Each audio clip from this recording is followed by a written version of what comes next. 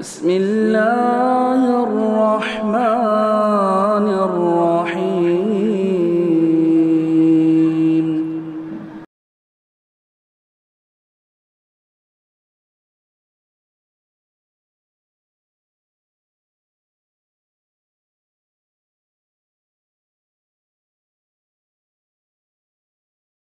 السلام علیکم ورحمۃ اللہ وبرکاتہ۔ الحمدللہ رب العالمین والصلاة والسلام علی رسولہ الامین نبینا محمد بن عبد اللہ وعلی آلہ وصحبہ اجمعین ومن تبعہم بإحسان الى یوم الدین ولا عدوان الا علی الظالمین۔ اعوذ باللہ من الشیطان الرجیم۔ أَمَّنْ خَلَقَ السَّمَاوَاتِ وَالْأَرْضِ وَأَنزَلَ لَكُم مِّنَ السَّمَاءِ مَاءً فَأَنبَتْنَا بِهِ حَدَائِقَ ذَاتَ بَهْجَةٍ رَبِّ اشْرَحْ لِي صَدْرِي وَيَسِّرْ لِي أَمْرِي وَاحْلُلْ عُقْدَةً مِّن لِّسَانِي يَفْقَهُوا قَوْلِي سُبْحَانَكَ لَا عِلْمَ لَنَا إِلَّا مَا عَلَّمْتَنَا إِنَّكَ أَنتَ الْعَلِيمُ الْحَكِيمُ رَبِّ زِدْنِي عِلْمًا نَّافِعًا اللہم انفعنی بما علمتنی وعلمنی ما ینفعنی وارزقنی علما ینفعنی۔ میرے دینی اور اسلامی بھائیوں، اللہ رب العالمین کا کرم اور احسان ہے جس نے ہم سب کو قیام اللیل کی توفیق بخشی اور الحمدللہ دوسرا عشرہ مکمل کرنے کی اللہ نے ہم سب کو توفیق عطا فرمائی، اور 20ویں پارے کی تلاوت آج مکمل ہوئی۔ اللہ ہماری تلاوت کے سننے کو قبول فرمائے۔ اللہ رب العالمین نے 20ویں پارے کے شروع میں اپنی توحید الوہیت کے متعلق، اپنی عبادت کے متعلق 5 طرح کے سوالات کیے ہیں، اور 5 پر الگ الگ انداز میں اللہ نے تبصرہ کیا۔ انسانوں کے دماغ کو کھولنے کے لیے اللہ رب العالمین نے سوالیہ انداز میں اور کوشچن کے انداز میں اپنی توحید کو بیان کیا۔ سب سے پہلے اللہ رب العالمین نے کہا من خلق السماوات والارض، آسمان اور زمین کو کس نے پیدا کیا؟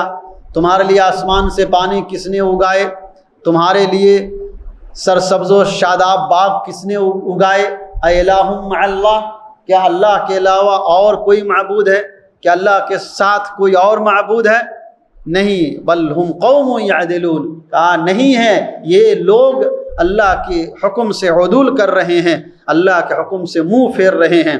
امن جعل الارض قرارا، اللہ نے دوسری چیز بیان کیا، اور دوسرا کوشچن، دوسرا سوال کیا، امن جعل الارض قرارا، کون ہے جس نے زمین کو جائے قرار بنایا، جب زمین کے اندر نہریں جاری کیا، وجعل لها رواسي، اور زمین کے اندر پہاڑ مقرر فرمائے، الہ مع اللہ، وجعل البحرین حاجزا، اور 2 سمندروں کے درمیان اللہ نے پردہ ڈال دیا۔ 2 سمندر ساتھ میں چلتے ہیں، ایک کھارا ہے اور ایک میٹھا ہے، لیکن دونوں ایک دوسرے سے نہیں ملتے ہیں۔ اللہ کہتا ہے یہ دیوار کس نے پیدا کی؟ دونوں پانی ساتھ میں مل کر کے چل رہا ہے، لیکن کوئی ایک دوسرے سے ملتا نہیں ہے، گھلتا نہیں ہے، وہ سب ایک اپنے جگہ پہ رہتا ہے، اور ایسا لگتا ہے کہ کوئی دیوار کھڑی کر دی گئی ہے۔ اللہ کہتا ہے الہ مع اللہ، کیا اللہ کے ساتھ اور کوئی معبود ہے؟ بل اکثرهم لا يعلمون، اکثر لوگ اس بات کو جانتے ہیں، پہچانتے ہیں، دیکھتے ہیں، پھر بھی ان کو یقین نہیں ہے اور ان کو علم نہیں ہے۔ تیسرا سوال اللہ نے کہا اَمَّن يُجِيبُ الْمُضْطَرَّ إِذَا دَعَاهُ، وہ کون ہے جو پریشان حال کی پریشانی کو سنتا ہے؟ وہ کون ہے جو آدمی مجبور ہوتا ہے، بے قرار ہوتا ہے، بے یار و مددگار ہوتا ہے، کوئی اس کا سہارا نہیں ہوتا، تو اس کا سہارا کون بنتا ہے؟ الہ مع اللہ اَمَّن يُجِيبُ الْمُضْطَرَّ إِذَا دَعَاهُ، کون ہے جو اس مجبور اور بے بس انسان کی پکار کو سنتا ہے؟ وَيَكْشِفُ السُّوءَ، کون ہے جو اس کی مشکل کو حل کرتا ہے؟ کون ہے جو اس کی تکلیف کو دور کرتا ہے؟ وَيَجْعَلُكُمْ خُلَفَاءَ الْأَرْضِ، کون ہے جس نے تمہیں زمین کا خلیفہ بنایا، تمہیں زمین کا وارث بنایا؟ اَإِلَٰهٌ مَّعَ اللَّهِ، کیا اللہ کے علاوہ اور کوئی معبود ہے؟ اگر اللہ رب العالمین نہ چاہے تو اس دنیا کے اندر کوئی بھی جاندار زندہ نہیں رہے گا۔ مفسرین نے اس آیت کی تفسیر میں لکھا ہے کہ اللہ نے جو یہ کہا کہ یہ وہ اللہ ہی ہے جس نے تمہیں زمین کا خلیفہ بنایا، اس کی ایک وجہ یہ ہے کہ اللہ رب العالمین نے ساری کائنات کے لوگوں کو ایک ساتھ پیدا نہیں کیا۔ اگر سارے لوگوں کو جیسے اللہ نے تمام لوگوں کی روحوں کو پیدا کیا، اسی طرح سے اگر سارے لوگوں کو دنیا کے اندر اللہ پیدا کر دیتا تو پھر زمین کے اندر 1 انچ جگہ نہیں بچتی اور پھر انسان کا جینا دشوار ہو جاتا۔ یہ اللہ کی بہت بڑی قدرت ہے، اللہ کی مرضی ہے کہ ایک انسان جاتا ہے پھر دوسرا انسان آتا ہے، سب لوگوں کو اللہ رب العالمین ایک ساتھ پیدا نہیں کیا، یہ زمین کو بسانے کے لیے اور زمین کا وارث بنانے کے لیے۔ اور دوسری وجہ مفسرین نے یہ بیان کیا ہے کہ ہر روز آسمان سے تقریباً 2 کروڑ بجلیاں شہاب ثاقب 30 میل فی سیکنڈ کے رفتار سے زمین پر گرتی ہیں۔ 2 کروڑ۔ اللہ نے اس زمین سے 500 میل اونچائی تک ایک ایسا پردہ بنا لیا ہے، ایک ایسی حفاظت کی چادر اللہ نے تان دیا ہے کہ یہ بجلیاں 2 کروڑ ڈیلی گرتی ہیں، لیکن اللہ رب العالمین زمین پر انہیں آنے نہیں دیتا۔ اگر یہ بجلیاں زمین پر گریں تو مفسرین نے لکھا ہے کہ اس روئے زمین پر کوئی جاندار زندہ باقی نہیں رہے گا، پھر کوئی زمین کا وارث نہیں ہوگا۔ یہ سب اللہ کی قدرت ہے۔ وَيَجْعَلُكُمْ خُلَفَاءَ الْأَرْضِ، اللہ نے زمین کا وارث بنایا، زمین کا خلیفہ بنایا، زمین پہ بسایا انسانوں کو۔ اسی وجہ سے اللہ نے یہ حفاظتی تدبیریں قائم کیا، یہ حفاظت اللہ رب العالمین نے لوگوں کو کیا ہے۔ یہ الہ مع اللہ، اللہ کہتا ہے کہ یہ حفاظت کون کرتا ہے؟ یہ کون ہے جو آپ کو اس دنیا کے اندر حفاظت فراہم کرتا ہے؟ الہ مع اللہ، کیا اللہ کے ساتھ اور کوئی معبود ہے؟ قلیلا ما تذکرون، تم لوگ بہت کم نصیحت حاصل کرتے ہو۔ امن یہدیکم فی ظلمات البر، اللہ نے چوتھا کوشچن کیا، کون ہے جو خشکی کی تاریکی میں، سمندر کی تاریکی میں تم جاتے ہو تو تمہیں روشنی عطا کرتا ہے، تمہیں راستہ دکھاتا ہے، رحمتیں برساتا ہے، ہوائیں بھیجتا ہے۔ الہ مع اللہ، کہ اللہ کے ساتھ اور کوئی معبود ہے؟ پھر بھی تم اللہ کے ساتھ شرک کرتے ہو۔ امن یبدأ الخلق ثم یعیدہ، کون ہے جس نے سب سے پہلے مخلوق کو پیدا کیا پھر دوبارہ زندہ کرے گا؟ کون ہے؟ من یرزقکم من السماء والارض، کون ہے جو آسمان اور زمین سے روزی دیتا ہے؟ الہ مع اللہ، کیا اللہ کے ساتھ اور کوئی معبود ہے؟ قل ہاتوا برہانکم ان کنتم صادقین، اگر ہے تو تم دلیل لے کر کے آؤ، دلیل پیش کرو۔ یہ 5 کوشچن اللہ رب العالمین نے انسانوں سے کیا ہے، اور سب میں استفہام کوشچن مارک لگایا ہے۔ بتانا مقصود ہے کہ ایسی کوئی ذات نہیں اللہ کے ساتھ جو انسان کو، جو آسمان کو، جس نے آسمان کو بنایا، اللہ کے علاوہ اور کوئی ہو ہی نہیں سکتا۔ جو زمین کو، جس نے زمین کو بنایا، جس میں پانی برسایا، جس نے جو انسان کی دعاؤں کو سنتا ہے، مجبوروں کی اور بے کسوں کی مدد کرتا ہے، اللہ کے علاوہ اور کوئی معبود ہو ہی نہیں سکتا ہے، نہیں ہے۔ اللہ رب العالمین نے انسانوں کو یہ سبق دیا ہے۔ تو جب اللہ رب العالمین ہی ہمارا سب کچھ ہے، ہمارا سب کچھ دینے والا اللہ ہی ہے، تو ہمارا معبود حقیقی بھی وہی ہوگا، اس کے علاوہ اور کسی کی عبادت جائز نہیں ہو سکتی ہے۔ پھر بھی اتنی آیتیں اللہ نے بیان کیا ہے، اس کے باوجود بھی لوگ ایسے لوگوں کو پکارتے ہیں جو ان کی آواز نہیں سن سکتے۔ ان ساری توحید کی باتوں کو ذکر کرنے کے بعد اللہ نے کہا کہ یہ دیکھو، یہ مردوں کو پکار رہے ہیں۔ اِنَّكَ لَا تُسْمِعُ الْمَوْتَى، اللہ کہتا ہے کہ تم مردوں کو نہیں سنا سکتے ہو، لاکھ چلاؤ مردوں کو نہیں سنا سکتے ہو۔ وَلَا تُسْمِعُ الصُّمَّ الدُّعَاء، اور نہیں بہرے کو اپنی پکار سنا سکتے ہو۔ یعنی جس طرح سے کوئی بہرا انسان ہے، لاکھ آدمی اس کو زور سے پکارے چیخے چلائے، وہ بہرا آدمی اس کی آواز نہیں سن سکتا ہے، ویسے ہی جو آدمی مر گیا ہے، آدمی لاکھ اس کے سامنے چلائے، اس کے سامنے روئے اور گڑ گڑائے، وہ اس کی آواز نہیں سن سکتا۔ اور ایک بہرا، اللہ نے دیکھیے کتنی پیاری مثال دیا ہے، ایک بہرے انسان کی مثال دیا ہے کہ بہرا جس طرح نہیں سن سکتا، مردہ بھی نہیں سن سکتا۔ اور ایک چھوٹی سی بات پہ آپ غور کیجئے کہ وہ انسان جس کی اللہ نے کان چھین لیا ہے، آدمی اس کو نہیں سنا سکتا ہے، تو جس کی اللہ نے جان ہی چھین لی ہو اس کو کہاں سے سنا سکتا ہے؟ کہ لا تسمع الموت ولا تسمع الصم الدعاء، جس کے ہم کان چھین لیتے ہیں تم اپنی آواز اس کی کان تک نہیں پہنچا سکتے ہو، تو جس کی جان ہم نے نکال لی ہے تم کبھی بھی اس تک اپنی آواز کو نہیں پہنچا سکتے ہو۔ اس لیے اللہ ہمارا معبود ہے، اور ہمیں پریشانیوں سے نکالنے والی ذات صرف اور صرف اللہ کی ہے، ہمیں اسی سے دعا کرنی چاہیے، اسی کو پکارنا چاہیے، اسی سے فریاد رسی کرنی چاہیے، وہی ہمارا مشکل کشا ہے، وہی ہمارا حاجت روا ہے، اللہ کے سوا اور کوئی مشکل کشا ہو ہی نہیں سکتا ہے۔ چاہے انسان جس کو بھی مشکل کشا کہے، اللہ کی ذات کے سوا اور کوئی مشکل کشائی نہیں کر سکتا۔ اس لیے آدمی کو چاہیے کہ اس مالک حقیقی سے مانگے جو ہمیشہ زندہ ہے اور ہمیشہ زندہ رہے گا، جس کو کبھی موت نہیں آ سکتی ہے، نہ آئے گی اور نہیں آ سکتی ہے۔ اس کے بعد اللہ تبارک و تعالیٰ نے قیامت کی نشانیاں، ایک نشانی کا تذکرہ کرتے ہوئے انسانوں کو متنبہ کیا ہے کہ آپ قیامت کی فکر کیجیے۔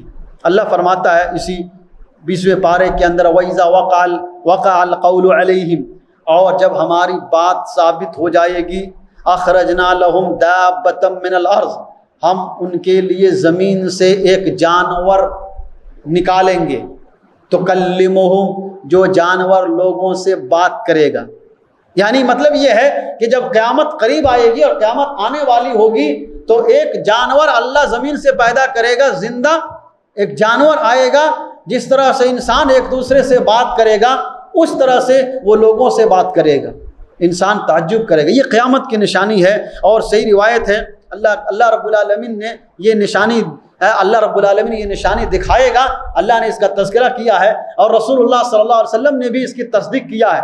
چنانچہ صحیح روایت ہے، مسلم شریف کتاب الفتن 2901 نمبر کی حدیث ہے، حضرت حذیفہ بن اسید الغفاری رضی اللہ تعالی عنہ کی روایت، عن حذیفہ بن اسید الغفاری رضی اللہ تعالی عنہ قال اطلع علینا النبی صلی اللہ علیہ وسلم ونحن نتذاکر فقال ما تذاکرون قلنا نذکر الساعة قال انها لن تقوم حتى ترون قبلها 10 آیات فذكر الدخان والدجال والدابة وطلوع الشمس من مغربها ونزول عيسى ابن مريم وخروج ياجوج وماجوج وثلاث خسفات في الأرض، خسف بالمغرب، خسف بالمشرق، وخسف بجزيرة العرب، وآخر ذلك النار تخرج من اليمن تطرد الناس الى محشرهم۔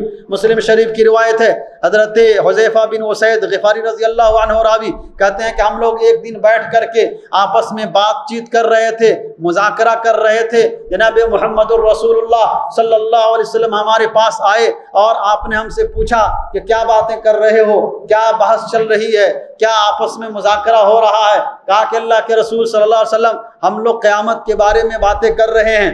کہا انہا لن تقوم حتی ترونا قبلها 10 آیات، قیامت اس وقت تک قائم نہیں ہوگی جب تک کہ اس سے پہلے تم 10 نشانیاں نہ دیکھ لو۔ قیامت سے پہلے 10 بڑی بڑی نشانیاں ہیں، چھوٹی نشانیاں تو بہت ساری ہیں، جو یہ بہت ساری آ چکی ہیں اور آ رہی ہیں، بڑی نشانیاں 10 ہیں۔ اللہ کے رسول صلی اللہ علیہ وسلم نے کہا ایک دھواں اٹھے گا، یہ بہت بڑا دھواں ہوگا، یہ قیامت کی نشانی ہے۔ دجال آئے گا، یہ قیامت کی نشانی ہے۔ ایک جانور نکلے گا جو انسانوں سے بات کرے گا، جیسا کہ اللہ نے بیان کیا، وہ یہ قیامت کی بڑی نشانیوں میں سے ہے۔ طلوع الشمس من مغربها، چوتھی نشانی یہ ہے کہ مغرب سے، ویسٹ سے سورج طلوع ہو جائے گا۔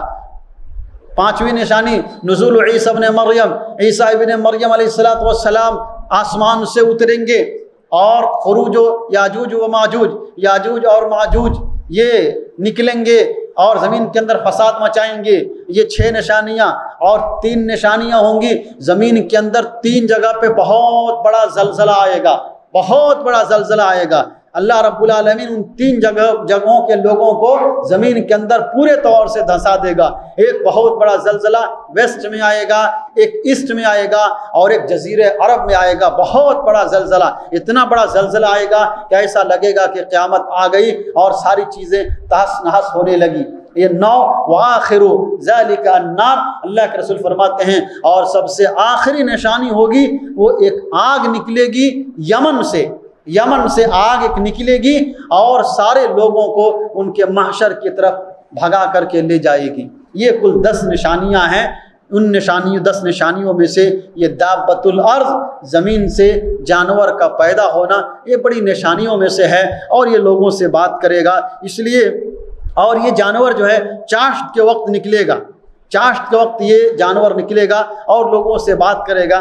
دجال بھی آئے گا تو بہت بڑا فتنہ لے کر کے آئے گا۔ اللہ کے رسول صلی اللہ علیہ وسلم نے بیان کیا ہے کہ دجال جس دن آئے گا اس دن ایک مہینے کے برابر ہوگا، اور دوسرا دن ایک دن 1 برس کے برابر ہوگا، دوسرا دن 1 مہینے کے برابر ہوگا، تیسرا دن 1 ہفتہ کے برابر ہوگا، اور چوتھے دن سے جیسے نارمل دن ہوتا ہے ہر دن ویسا ہو جائے گا اور وہ لوگوں کو فتنوں میں مبتلا کرے گا۔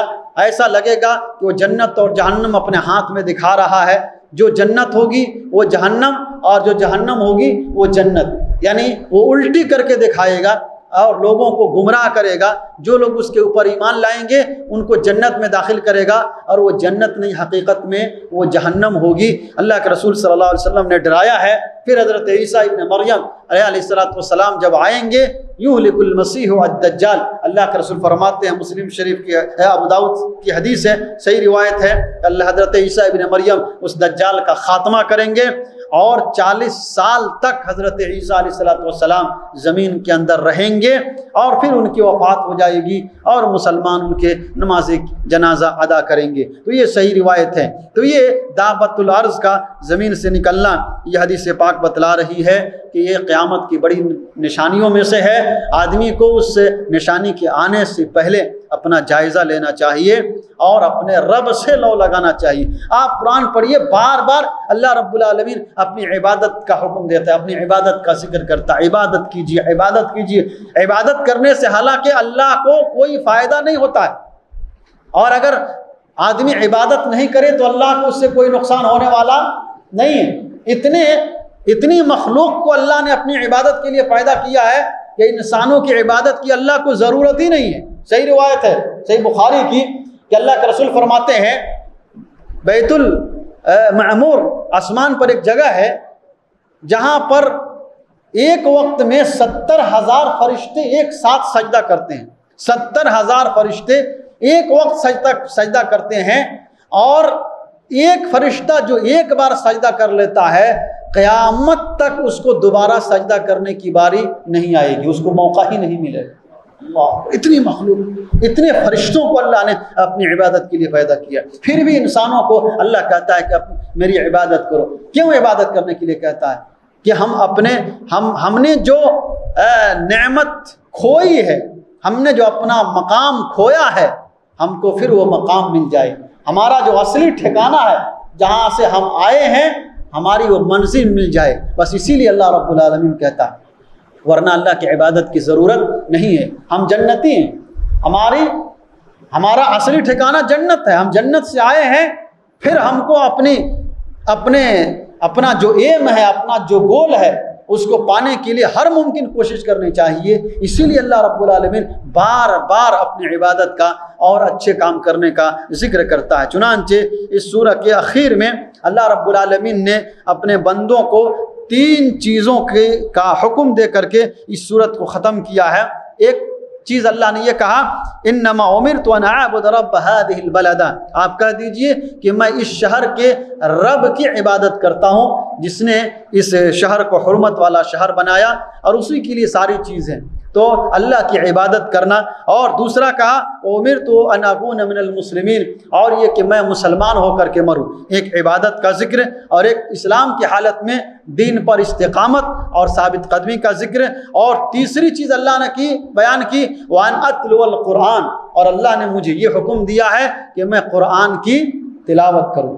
عبادت دین پر استقامت اور قرآن کی تلاوت۔ اگر یہ 3 کام آدمی کرتا ہے تو اللہ رب العالمین ارشاد فرماتا ہے کہ وہ آدمی ہدایت پر ہے۔ فَمَنِ اهْتَدَىٰ فَإِنَّمَا يَهْتَدِي لِنَفْسِهِ، یہ 3 کام کرے گا تو ہدایت پر ہوگا، اور جو ہدایت پر ہوگا وہ اپنے لیے ہوگا، اور جو نہیں کرے گا گمراہ ہو جائے اس کا نقصان اسے اٹھانا پڑے گا، اللہ کو اس سے کوئی فرق نہیں پڑتا۔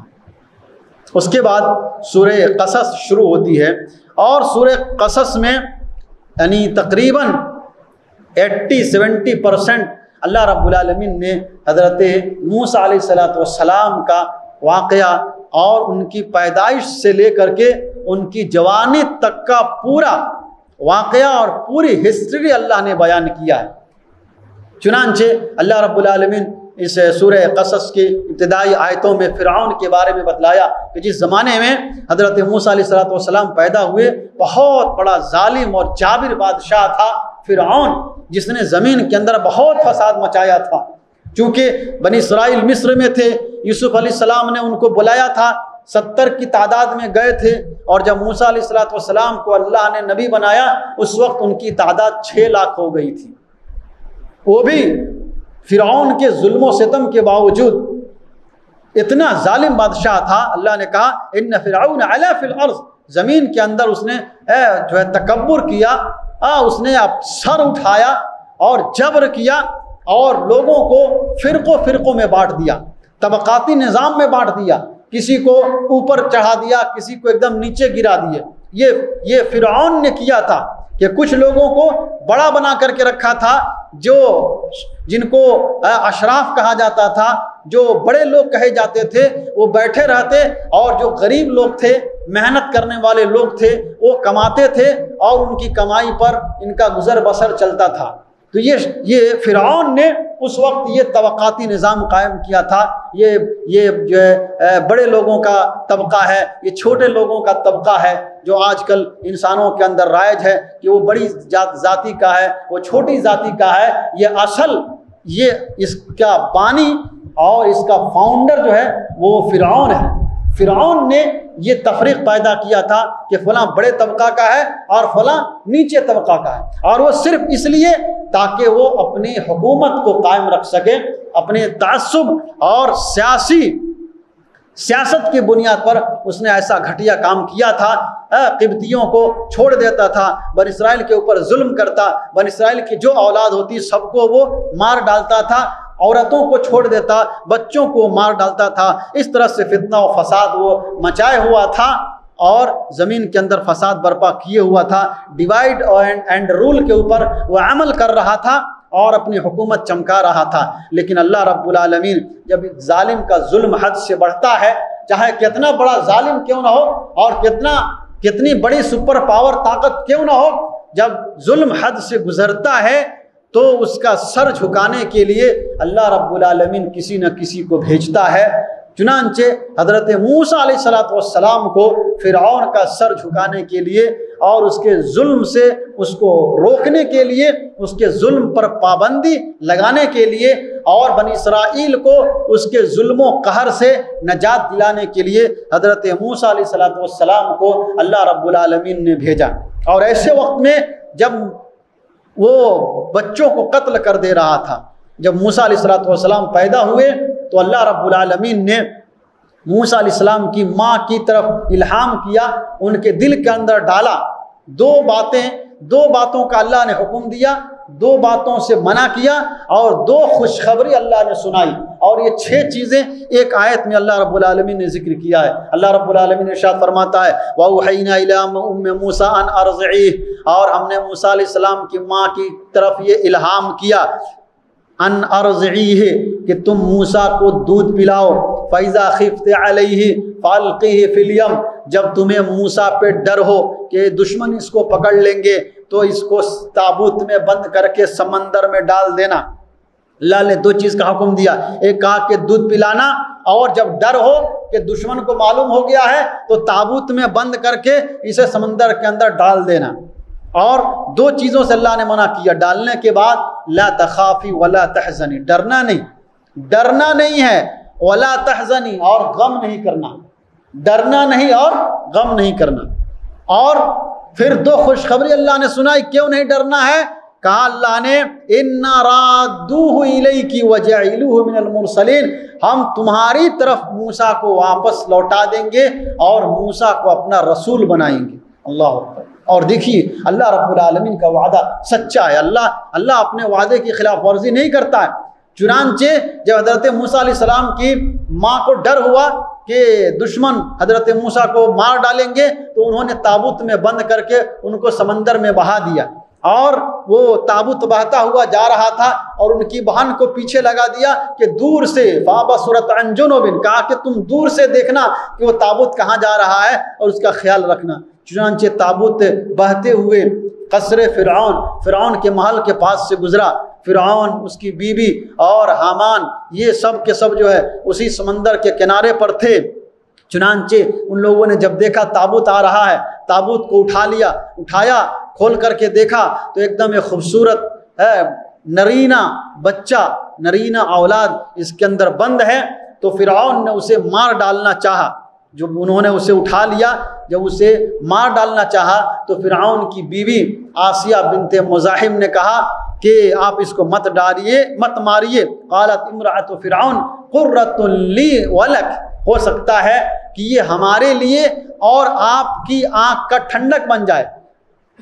صرف اپنے لیے نہیں کہا، فرعون کو اپنے باتوں میں الجھانے کے لیے اللہ رب العالمین نے یہ ان کی زبان سے نکلوایا کہ آپ کہیں کہ میری آنکھ کا بھی ٹھنڈک بنے گا، یا اور آپ کی آنکھ کا بھی ٹھنڈک بنے گا، یا ہمیں اولاد نہیں ہے کہ ہو سکتا ہے ہم اس کو اپنی اولاد بنا لیں گے، یا ہو سکتا ہے کہ اس کے ذریعے سے ہم کو فائدہ ہوگا، کبھی نہ کبھی ہمارے کام آئے گا، اس لیے اس کو مت ماریے۔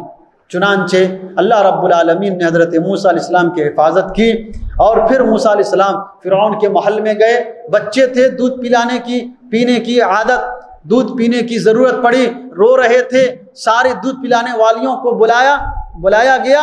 حضرت موسیٰ علیہ السلام نے کسی کا دودھ نہیں پیا۔ اللہ نے حضرت موسیٰ علیہ السلام کی ماں نے جو دودھ پلایا تھا، ان کی میموری میں اللہ نے وہی دودھ فیڈ کر دیا تھا، اس کے علاوہ اور کوئی دودھ ان کو پسند ہی نہیں آ رہا تھا۔ وَحَرَّمْنَا عَلَيْهِ الْمَرَاضِعَ، اللہ نے کہا ساری دودھ پلانے والیوں کو ہم نے حرام کیا۔ ان کی بہن وہیں پر تھی، دیکھ رہی تھی، تو ان کی بہن نے کہا کہ میں ایک گھر والے کو جانتا ہوں، وہ اس بچے کی کفالت کریں گے اور اس کے پال پوس کریں گے اور اس کا بہت اچھے سے دیکھ بھال کریں گے۔ چنانچہ جو ہے فرعون کے دربار سے موسیٰ علیہ السلام کی ماں کو بلایا گیا۔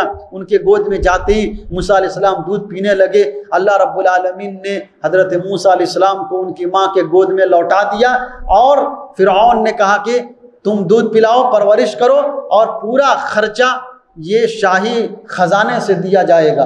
تو اللہ نے ماں کی طرف موسیٰ علیہ السلام کو لوٹا بھی، اللہ کی قدرت دیکھیے، اللہ نے حضرت موسیٰ کو ان کی ماں کی طرف لوٹا بھی دیا، اپنے بچے کو دودھ پلائیں گی اور بدلے میں شاہی خزانہ سے ان کو وظیفہ میں ملے گا۔ یہ اللہ کی قدرت ہے۔ اللہ نے کہا کہ ہم نے حضرت موسیٰ علیہ السلام کو ان کی ماں کی طرف لوٹا دیا۔ فَرَدَدْنَاهُ إِلَىٰ أُمِّهِ قَدْ كَيْ تَقَرَّ عَيْنُهَا وَلَا تَحْزَنْ وَلِتَعْلَمْ أَنَّ وَعْدَ اللَّهِ حَقٌّ، ہم نے حضرت موسیٰ علیہ السلام کو ان کی ماں کی طرف اس لیے لوٹایا تاکہ وہ جان لے کہ اللہ کا وعدہ سچا ہے، اللہ رب العالمین اپنے وعدے کا سچا ہے۔ پھر حضرت موسیٰ علیہ السلام جوان ہوئے، پلتے رہے، بڑھتے رہے، فرعون کے محل میں ہی پلے بڑھے۔ جو سب سے بڑا دشمن ہونے والا تھا، اللہ نے دشمن کو ہی دشمن کے محل میں اللہ نے حفاظت فرمائی۔ بڑے ہوئے، 18 سے 40 سال کی عمر تک پہنچے۔ 40 سال کی عمر تک یعنی اللہ رب العالمین نے کہا فلما بلغ اشدہ واستوى، 40 سال کی عمر تک آدمی پہنچتا ہے تو اس کو بولتے ہیں کہ وہ اپنے عمر کو پہنچ گیا اور ایک دم جوانی کے برابر ہو گیا۔ 40 سال کی عمر میں جب حضرت موسیٰ علیہ السلام پہنچے، اللہ نے ان کو علم عطا کیا، حکمت عطا کی، اور اس کے بعد حضرت موسیٰ علیہ السلام کے سامنے 2 اہم چیزیں پیش آئی۔ ایک واقعہ یہ پیش آیا کہ جب وہ جوان ہو گئے اور گاؤں سے جب باہر نکلے تو دیکھا ایک قبطی مصری فرعون کا آدمی اور ایک بنی اسرائیل کا آدمی آپس میں جھگڑ رہا تھا۔ تو ان کا جو اپنا بنی اسرائیل کا آدمی تھا اس نے حضرت موسیٰ علیہ السلام سے مدد مانگی. موسیٰ علیہ السلام نے اس قبطی کو ایک گھوسا دیا, ایک گھوسا مارا حضرت موسیٰ نے, وہیں پر چت ہو گیا, ختم ہو گیا. حضرت موسیٰ علیہ السلام کو لگا کہ ہم نے بہت غلط کر دیا. کہا قال هذا من عمل الشیطان, کہا کہ شیطانی عمل ہے, شیطان نے ہمیں گمراہ کر دیا. پھر اللہ سے معافی مانگی. رب انی ظلمت نفسی فاغفر لی, اے اللہ ہم نے ظلم کیا, ہمیں معاف کر دے. اللہ نے معاف کر دیا. پھر دوسرا دن ہوا, دوسرے دن بھی دیکھا. جو آدمی اصل میں جھگڑالو ہوتا ہے نا, اس کی عادت انسان کی چھوٹتی نہیں ہے. جس آدمی کی عادت بگڑ جائے گی اس کی عادت کو سدھارنا بہت مشکل ہوتا ہے, اور بہت جلدی اس کے اندر سدھار پیدا نہیں ہوتا, اس کی اصلاح نہیں ہوتی ہے. دوسرے دن بھی یہ جھگڑالو انسان تھا, پھر دوسرے دن بھی ایک آدمی سے جھگڑ رہا تھا. حضرت موسیٰ علیہ السلام نے کہا بے کل بھی جھگڑ رہا تھا, آج بھی جھگڑ رہا ہے, سدھرے گا نہیں. تو اس کو لگا کہ ہم کو بھی اگر دے دیا ایک پھٹکا ہم بھی چیت ہو جائیں گے. کہا کہ ارے موسیٰ ہم کو بھی ویسے ہی مارنا چاہتے ہو جیسے کل ایک آدمی کو مار دیا تھا. بس پول کھل گیا. حضرت موسیٰ علیہ السلام نے ایک قبطی کو مارا ہے. پورے مصر کے اندر شور مچ گیا, اور فرعون اور اس کے درباریوں نے مشورہ کیا کہ اس کو موسیٰ کو مار دیا جائے. ایک آدمی بھاگ کر کے موسیٰ علیہ السلام کو بتایا کہ سب لوگ مشورہ کر رہے ہیں آپ کے قتل کرنے کے لیے, بھاگے یہاں سے نکلیے. حضرت موسیٰ علیہ السلام مصر سے اس وقت بھاگے اور مدین کی طرف چلے. حضرت شعیب علیہ السلام کو اللہ نے نبی بنا کر بھیجا تھا. مدین جب پہنچے تو دیکھا کہ ایک کنواں ہے, بہت بڑا کنواں, وہاں پہ لوگ اپنے جانوروں کو پانی پلا رہے ہیں. دیکھیے بھاگے ہوئے تھے, مصر سے بھاگے تھے اور مدین گئے ہیں. کہیں بھی راستے میں کھانے پینے کی چیز نہیں ہے, پیاس لگی ہوئی ہے, بھوکے ہیں, اور دیکھا کہ لوگ جانوروں کو پانی پلا رہے ہیں. دو بچیاں کھڑی ہیں, ان سے پوچھا کہ تم لوگ پانی کیوں نہیں پلا رہی ہو؟ کہا کہ ہم لوگ اس وقت پانی پلاتے ہیں جب یہ لوگ یہ چرواہے سب پانی پلا کر کے واپس چلے جاتے ہیں. اللہ کہتا ہے فسقا لہما ثم تولى الى الظل فقال رب انی لما انزلت من خیر فقیر. حضرت موسیٰ علیہ السلام نے ان دونوں بچیوں کے جانوروں کو پانی پلا دیا, پھر اکیلے اس کنویں کے منہ کو بند کیا, پانی پلا دیا, احسان کیا, اور اس سے کچھ نہیں پوچھا, بچیوں سے اور کوئی دوسری بات نہیں کیا. کون ہو, کہاں سے آئی ہو, کیا کرتی ہو, کیا نام ہے, کچھ نہیں. بس پانی پلا کر کے اور ایک درخت کے سائے کے نیچے آ کے بیٹھ گئے اور اللہ سے دعا کیا رب انی لما انزلت الی من خیر فقیر. بڑی پیاری دعا ہے, ہر آدمی کو اس دعا کا اہتمام کرنا چاہیے. اللہ سے کہا رب انی لما انزلت الی من خیر, اے اللہ ہماری طرف جو بھی خیر تو نازل کرے گا میں اس کا محتاج ہوں, جو بھی خیر. دیکھیے نام لے کر کے کچھ نہیں مانگا, اللہ سے صرف اتنا کہا رب ان لما انزلت الی من خیر فقیر, اے اللہ تو جو بھی خیر نازل کرے گا میں اس کا ابھی محتاج ہوں, مجھے ضرورت ہے. کیا ضرورت تھی حضرت موسیٰ علیہ السلام کو؟ کھانے کی ضرورت تھی, مصر سے بھاگے ہوئے تھے, بھوکے تھے, کھانے پینے کی ضرورت تھی, اکیلے تھے, کوئی ٹھکانہ نہیں تھا, گھر کی ضرورت تھی, جوان تھے, بیوی کی ضرورت تھی, نوکری, جوان تھے, کام کرتے, نوکری کی ضرورت تھی. دیکھیے اللہ رب العالمین نے ایک دعا کے نتیجے میں ان کی ساری ضرورتوں کو اللہ نے پورا کر دیا. اللہ صرف یہ کہا تھا کہ اللہ ہمیں جو بھی خیر ہے, جو بھی خیر تو میری طرف نازل کرے گا میں اس کا محتاج ہوں. اور درخت کے سائے کے نیچے بیٹھے ہوئے ہیں. اتنے میں ان دونوں لڑکیوں میں سے ایک لڑکی حضرت شعیب علیہ السلام کی آتی ہے اور کہتی ہے کہ میرے ابا آپ کو بلا رہے ہیں تاکہ آپ نے جو ہمارے جانوروں کو پانی پلایا ہے اس کی مزدوری دے سکے. حضرت موسیٰ علیہ السلام گئے, حضرت شعیب علیہ السلام سے پورا قصہ بیان کیا کہ ایسے ایسے ہوا ہے.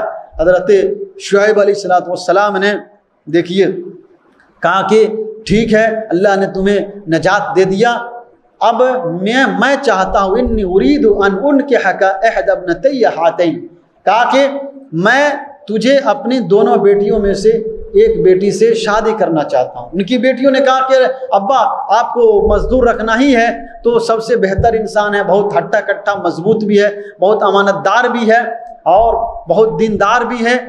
حضرت موسیٰ علیہ السلام کو ہی انہی کو آپ رکھ لیجئے. تو حضرت شعیب علیہ السلام نے ان کو نوکری پر رکھ لیا, کہا کہ میں شادی کرا دیتا ہوں, پھر رہنے کی جگہ مل گئی، 8 سال تک گھر کا انتظام ہو گیا، شادی کرا دی، بیوی کا انتظام ہو گیا، اس کے بعد نوکری لگ گئی، آپ جانور کو چرائیں گے، نوکری بھی لگ گئی، اور اسی وقت جب 8واں سال پورا ہوا تو اللہ رب العالمین نے آپ کو نبوت اور رسالت سے سرفراز فرمایا اور اپنے کلام کے لیے بلایا، توریت آپ کو دیا۔ یہ سب جو ہے اسی کے ساتھ پیش آیا ہے۔ یہ ایک دعا کا نتیجہ ہے کہ حضرت موسیٰ علیہ السلام کو اللہ نے نوکری بھی دیا، چھوکری بھی دیا، مکان بھی دیا، کھانے کا بھی انتظام ہو گیا، اور پھر اللہ رب العالمین نے ان کو اپنا نبی بھی بنایا۔ یہ پورا واقعہ اللہ رب العالمین نے سورہ قصص کے اندر بیان کیا ہے، اور اس کے اندر ہمارے لیے درس ہے کہ ہم پہلے دیکھیے، سب سے پہلے اللہ نے اس واقعے سے کیا معلوم ہوتا ہے کہ سب سے پہلے ہمیں چاہیے کہ کوئی اچھا کام کریں، اچھا کام کیجئے، پھر اللہ سے دعا کیجئے۔ حضرت موسیٰ علیہ السلام نے پانی پلایا اللہ کے لیے، کوئی سوال نہیں کیا۔ ہم کوئی کسی کا کام کچھ کر دیتے ہیں تو 75 قسم کا سوال کرتے ہیں، کیوں، کیسے، کس لیے، ہے کہ نہیں؟ کسی کا ہیلپ کر دیے تو اس میں 75 سوال شروع کر دیتے ہیں۔ حضرت موسیٰ علیہ السلام نے اللہ کی رضا کے لیے، تو کوئی بھی کام کیجئے اللہ کی رضا کے لیے کیجئے، اور اس کے بعد اللہ تعالیٰ سے دعا کیجئے، اللہ رب العالمین اس وقت دعا کو قبول کرتا ہے۔ دوسری بات یہ کہ حضرت موسیٰ علیہ السلام مسافر تھے، اور سفر کی حالت میں اللہ تعالیٰ دعا کو قبول کرتا ہے، اسی لیے حضرت موسیٰ علیہ السلام نے خیر مانگا، اللہ نے سارا خیر ان کو عطا کر دیا۔ اس کے بعد اس سورت کے اخیر میں اللہ رب العالمین نے 2 اور باتیں بیان کیا ہے۔ ایک بات تو یہ اللہ نے کہا کہ اللہ جس کو ہدایت دینا چاہے اسی کو ہدایت مل سکتی، اور اللہ جس کو ہدایت نہیں دینا چاہے آدمی لاکھ کوشش کرے اس کو ہدایت نہیں مل سکتی۔ حضرت یعنی نبی صلی اللہ علیہ وسلم ابو طالب اپنے چچا کو لاکھ بار بول رہے تھے کہ آپ لا الہ الا اللہ پڑھ لیجیے، لا الہ الا اللہ پڑھ لیجیے، نہیں پڑھے، کہا کہ اگر پڑھ لیتا ہوں تو قریش ہم کو تانا دیں گے کہ ڈر سے پڑھ لیا ہے، اس لیے اے میرے بھتیجے میں لا الہ الا اللہ نہیں پڑھ سکتا۔ اور آپ حضرت اللہ کے رسول صلی اللہ علیہ وسلم بار بول رہے ہیں کہ ایک بار لا الہ الا اللہ کہہ دیجیے، ایک بار کہہ دیجیے، ہاں ایک بار کہہ دیجیے، بار اصرار کر رہے ہیں۔ اللہ رب العالمین نے آیت اتاری انک لا تہدی من احببت ولکن اللہ یہدی من یشاء، واللہ اعلم بالمہتدین۔ آپ جسے چاہے ہدایت نہیں دے سکتے ہیں، اللہ جسے چاہے اسے ہدایت دیتا ہے۔ اور اس کے بعد اللہ تعالیٰ نے ایک اہم بات یہ بتلائی ہے کہ جب انسان کو اللہ مال اور دولت دے تو بہت زیادہ خوش فہمی میں نہیں رہنا چاہیے، اور مال اور دولت کے نشے میں انسان کو اپنے آپ کو بہت بڑا نہیں سمجھنا چاہیے، ورنہ اللہ رب العالمین اپنے مال اور اپنی نعمت بھی چھین لیتا ہے اور سزا سے بھی دوچار کرتا ہے۔ اللہ اگر نعمت دے تو اللہ کا شکر ادا کریں کہ اللہ رب العالمین نے ہمیں نعمتیں دیا ہے، ایسا نہ سوچیں کہ نہیں یہ ہمارے ٹیلنٹ کی وجہ سے ملا ہے۔ بہت سے لوگ کیا سوچتے ہیں کہ یہ ہماری محنت کی کمائی ہے، ہمارے پاس ٹیلنٹ تھا اسی وجہ سے اللہ رب العالمین نے ہمیں اس دولت سے نوازا ہے۔ قارون نے بھی یہی کہا تھا، قارون نے بھی یہی کہا تھا جب اللہ نے اس کو دولت دیا۔ حضرت موسیٰ علیہ السلام کی قوم میں سے تھا، بلکہ حضرت موسیٰ کے رشتہ دار میں سے تھا، رشتے میں بھائی لگتا تھا، اور یہ جو ہے فرعون اور اس کے لوگوں کی تلوے چاٹ کر کے ان کے گروہ میں شامل ہو گیا تھا۔ اتنا مال اللہ نے عطا کیا تھا، اتنا بڑا خزانہ عطا کیا تھا کہ اللہ نے کہا کہ اس کے مال کی اور اس کے خزانے کی کنجیاں کئی لوگ ہٹھے کٹھے لوگ لیے رہتے، کئی جو ہے جانوروں پر، گھوڑوں پر، اونٹوں پر جو ہے لادا جاتا تھا، اور وہ بڑا خوش فہمی میں مبتلا تھا کہ اللہ نے مجھے بہت دولت دیا۔ اللہ نے کہا کہ ان کی قوم نے ان سے کہا، اذ قال له قومه، اس کی قوم نے ان سے کہا کہ اتنے خوش فہمی میں مبتلا مت رہو، بہت زیادہ خوش فہمی یہ اللہ کو پسند نہیں ہے۔ اللہ نے جو دیا ہے اس پہ اللہ کا شکر ادا کرو، اور جو اللہ نے دیا ہے اس کے ذریعے سے اپنی آخرت تلاش کرو، اور دنیا میں جن لوگوں کا جو حق ہے ان کا حق ادا کرو، اور لوگوں کے ساتھ ویسا ہی سلوک کرو۔ وَأَحْسِنْ كَمَا أَحْسَنَكَ اللَّهُ إِلَيْكَ، جیسے اللہ نے تمہارے ساتھ احسان کیا ہے ویسے ہی تم بھی لوگوں کے ساتھ احسان کرو، اور اللہ کا شکریہ ادا کرو۔ زمین کے اندر فساد مت مچاؤ، لا تبغي الفساد فی الارض، زمین کے اندر فساد مت پھیلاؤ، ان اللہ لا يحب المفسدین، اللہ فسادیوں کو پسند نہیں کرتا ہے۔ تو قارون نے کیا کہا تھا کہا تھا کہ یہ علم من عندی، یہ اللہ کی طرف سے نہیں ہے، بلکہ اللہ میرے پاس جو علم ہے میں نے اپنے علم کی بنیاد پر، اپنے ٹیلنٹ کی بنیاد پر یہ مال اور دولت حاصل کیا ہے۔ فخسفنا به وبداره، اللہ کہتا ہے کہ قارون کے ساتھ اور اس کے گھر کے ساتھ اللہ نے اسے زمین کے اندر پھنسا دیا۔ جب اس کے اندر غرور آیا، فخر آیا اور یہ خیال آیا کہ یہ اللہ کی طرف سے نہیں، یہ ہماری کوشش ہے، ہماری محنت ہے، میں نے ایسا کیا ہے، میری وجہ سے ہوا ہے، ایسا اگر آدمی جو ہے عقیدہ رکھتا ہے تو یہ عقیدہ صحیح نہیں ہے۔ جو بھی آدمی محنت کرتا ہے لیکن اصل دینے والا اللہ ہے، مرضی اللہ کی ہوتی ہے۔ جب تک اللہ کی مرضی نہ ہو آدمی لاکھ کوشش کرے، لاکھ محنت کرے، اس آدمی کو اللہ کی نعمت نہیں مل سکتی ہے اگر اللہ دینا نہ چاہے۔ دن رات محنت، ایک آدمی ہے جو دن رات محنت کرتا ہے تو وہ 1000 روپے، 2000 روپے، 1500 روپے کماتا ہے، اور ایک آدمی 1 سیکنڈ میں لاکھوں روپے کماتا ہے۔ تو یہ اللہ کی طرف سے ہے۔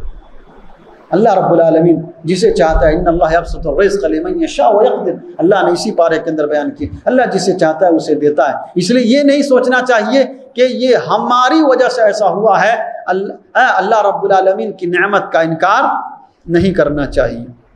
اس طرح سے یہ صورت ختم ہو جاتی ہے۔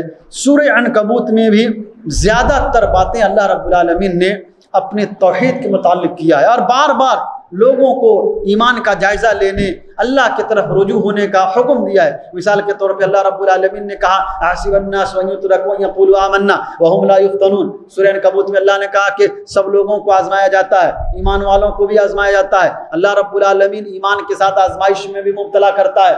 اگر کسی آدمی کو اللہ آزمائش میں ڈالے اس کا مطلب یہ نہیں کہ اللہ اس سے ناراض ہے، اللہ رب العالمین آزماتا ہے تاکہ آدمی کے اندر جو ایمان ہے اللہ اس کو پرکھنا چاہتا ہے۔ فَلَيَعْلَمَنَّ اللَّهُ الَّذِينَ صَدَقُوا وَلَيَعْلَمَنَّ الْكَاذِبِينَ، کون سچا ہے اور کون جھوٹا ہے اس کو جانچنے کے لیے اللہ رب العالمین آزمائش میں مبتلا کرتا ہے، اور اللہ جب کسی سے محبت کرتا ہے اسی کو آزمائش میں ڈالتا ہے۔ تو اگر کوئی آزمائش آئے تو آدمی یہ نہ سوچے کہ یہ ہمارے گناہوں کی سزا مل رہی ہے۔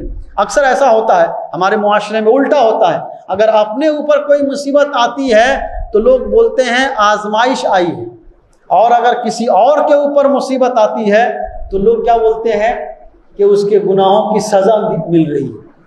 یہ عجیب الٹا ہے۔ اللہ نے کہا کہ نہیں، ایسا نہیں ہے، دوسرے کے اوپر سزا ہو، آپ کے لیے آزمائش ہو۔ آزمائش اگر ہے تو سب کے لیے آزمائش ہے، ایمان والوں کو اللہ آزماتا ہے۔ اس لیے یہ نہیں سوچنا کہ کسی اور کو مصیبت آئی ہے، کوئی اور پریشان ہے تو عذاب میں مبتلا ہے، بلکہ ایمان والا ہے اللہ رب العالمین اسے آزمائش میں ڈالتا ہے، اور ڈالا ہے اس پہ آدمی کو صبر کرنا چاہیے اور اللہ رب العالمین کی طرف رجوع کرنا چاہیے۔ اللہ رب العالمین نے کئی ساری آیتوں میں اس کا ذکر کیا ہے کہ اللہ کے علاوہ جن کو تم پکارتے ہو، جن کی تم عبادت کرتے ہو، تم ان سے روزی مانگ کر کے دیکھو۔ فابتغوا الرزق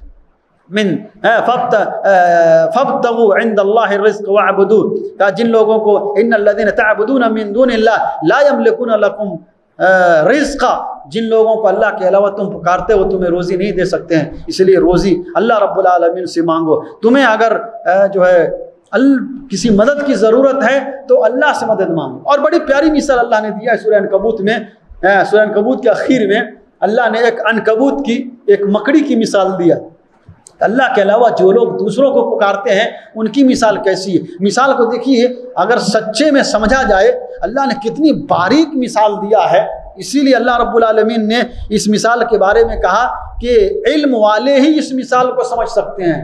تلک الامثال نضربها للناس وما يعقلها الا العالمون، یہ مثالیں ہم بیان کرتے ہیں، علم والے ہی اس مثال کو سمجھ سکتے ہیں۔ مکڑی کی مثال، کیسی مثال اللہ نے دیا ہے؟ آپ بھی سوچیں گے کہ مکڑی کی مثال اللہ دیتا ہے، مکڑی کی مثال، مچھر کی مثال، یہ کون سی مثال ہے؟ اللہ رب العالمین نے اس کی وجہ بیان کیا ہے کہ مثل الذین اتخذوا من دون اللہ اولیاء، وہ لوگ جنہوں نے اللہ کے علاوہ دوسرے کو ولی بنا لیا۔ اللہ ولی ہے ایمان والوں کا، اللہ کو چھوڑ کر کے دوسروں کا ولی بنا لیا، دوسروں سے مانگنا، دوسروں سے حاجت روائی کرنا، یہ اللہ کے علاوہ اللہ کو چھوڑ کر کے دوسروں کو جن لوگوں نے ولی بنایا، میں ان کی مثال کمثل العنکبوت، ان کی مثال مکڑی کی طرح ہے، اتخذت بیتن، جس نے اپنا گھر بنایا، وَإِنَّ أَوْهَنَ الْبُيُوتِ لَبَيْتُ الْعَنْكَبُوتِ، دنیا کے اندر سب سے کمزور گھر مکڑی کا گھر ہوتا ہے۔ اللہ نے کہا دنیا کے اندر جتنے جانور اپنا گھر بناتے ہیں، سب سے کمزور گھر، سب سے کمزور جالا وہ مکڑی کا جالا ہوتا ہے۔ تو اللہ رب العالمین نے اس مکڑی کی مثال بیان کیا ہے۔ آپ غور کیجئے، اللہ رب العالمین سب سے پہلے یہ بتانا چاہتا ہے کہ اللہ کے علاوہ جو لوگ دوسروں پر بھروسہ کرتے ہیں ان کی مثال ویسے ہی ہے جیسے مکڑی کا اپنے جالے کے اوپر ہوتا ہے۔ جیسے مکڑی کا جالے پر بھروسہ ہوتا ہے، مکڑی کا جالا کیسا ہے؟ کمزور ہے۔ تو جس طرح سے مکڑی کا جالا کمزور ہے اور مصیبت کے وقت ایک ہوا چلے گی جالا اڑ جائے گا، ویسے ہی اللہ کے علاوہ جو آدمی دوسروں کو پکارے گا وہ اسے وقت پر، ضرورت کے وقت کوئی فائدہ نہیں دے سکتا ہے۔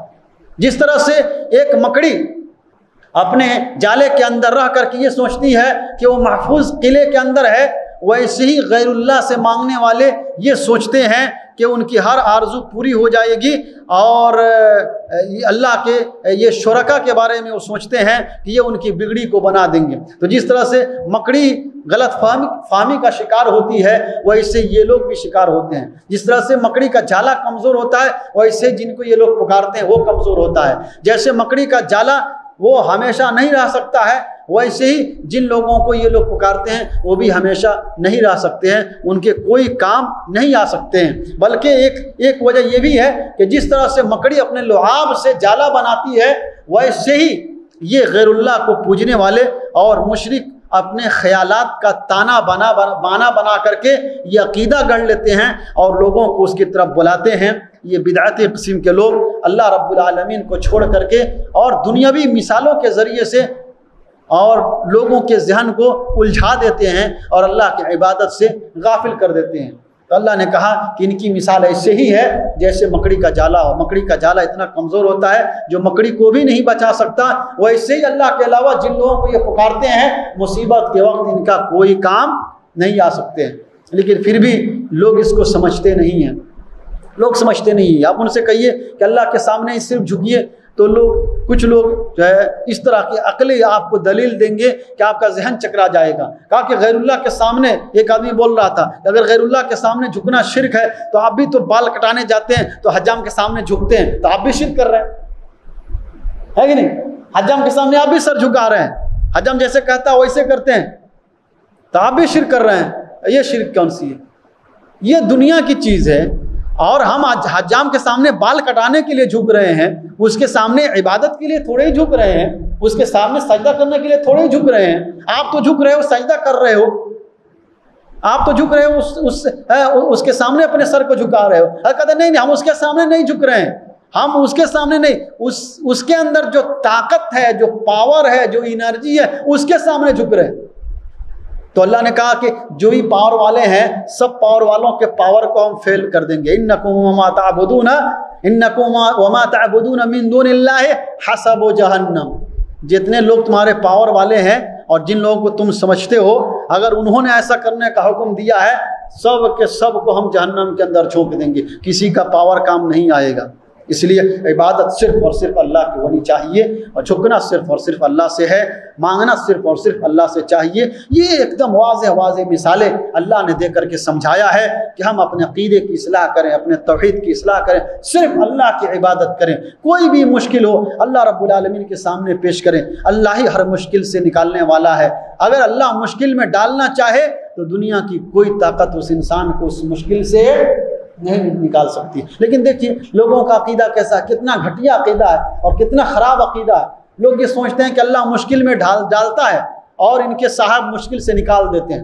مشکل کشا کوئی اور ہے، یعنی مشکل میں ڈالنے والا اللہ ہے، نعوذ باللہ من ذالک، اللہ ظالم ہے، اور یہ لوگ جو ہے ان کے بابا مشکل سے نکالنے والے ہیں۔ اللہ رب العالمین نے یہ پیغام دیا ہے کہ مشکل میں اللہ جس کے ساتھ برا کرنا چاہے، اللہ رب العالمین کہ اس برائی سے دنیا کی کوئی طاقت بچا نہیں سکتی ہے۔ ان ارادنی اللہ بضر فلا کاشف لہ الا ہو، اگر اللہ نقصان پہنچانا چاہے، تکلیف میں مبتلا کرنا چاہے تو اس تکلیف سے صرف اور صرف اللہ ہی بچا سکتا ہے، اور اللہ رحمت کرنا چاہے تو اللہ کی رحمت کو کوئی آدمی روک نہیں سکتا، کوئی بھی چیز نہیں روک سکتی ہے۔ اس لیے ہمارا یہ پکا عقیدہ ہونا چاہیے، ہمارا عقیدہ ٹھوس ہونا چاہیے، ہر چیز میں ہم اللہ رب العالمین کی رضامندی تلاش کریں اور اللہ کے سامنے اپنے دامن کو پھیلائیں، اللہ سے لو لگائیں، اللہ سے تعلق قائم کریں۔ اللہ رب العالمین ہم سبوں کو ان باتوں پر عمل کی توفیق عطا فرمائے۔ اللہ ہمارے ایمان کی حفاظت فرمائے، ہمارے توحید کی حفاظت فرمائے، ہر چھوٹے بڑے عمل کو اللہ قبول فرمائے۔ اللہ رب العالمین ہمارے صدقات و خیرات کو قبول فرمائے، ہماری نمازوں کو قبول فرمائے، ہمارے ہر چھوٹے بڑے گناہ کو اللہ معاف فرمائے۔ اللہ رب العالمین ہم سب کو قبر کے عذاب سے محفوظ فرمائے۔ ہم میں سے جن کے والدین گزر گئے ہوں، اے اللہ ان کی قبر کے اندر اے اللہ عذاب ہو تو اس کو اپنی رحمت سے بدل دے، ہمارے والدین کی قبروں کو نور سے بھر دے۔ رب ارحمہما کما ربیانی صغیرا، یا اللہ ہم سب کو جہنم کی آگ سے بچا لے۔ یا اللہ جیسے تو نے ہم سب کو یہاں جمع فرمایا ہے، اے اللہ اس ماہ مبارک میں جیسے تو ہمیں اپنے قرآن کی آیتوں کو سننے اور اس کی اور سمجھنے کی اللہ توفیق بخشی ہے، اے اللہ ویسی ہم سب کو جنت الفردوس میں جمع فرما۔ اے اللہ ہم سب کو جنت الفردوس میں جگہ عطا فرما، ہماری تلاوت کے سننے کو قبول فرما۔ اے اللہ جو باتیں ہم سنتے ہیں اے اللہ ان پہ عمل کرنے کی توفیق عطا فرما، اور ہمارے ہر چھوٹے بڑے عملوں کو قبول فرما لے۔ اے اللہ ہمیں جب تک زندہ رکھ، اسلام اور ایمان پر زندہ رکھ، اور خاتمہ دے تو خاتمہ بالخیر عطا فرما۔ آمین یا رب العالمین۔ وآخر دعوانا الحمد للہ رب العالمین، وصلی اللہ علی نبینا محمد وعلی آلہ وصحبہ وبارک وسلم۔ والسلام علیکم ورحمۃ اللہ وبرکاتہ۔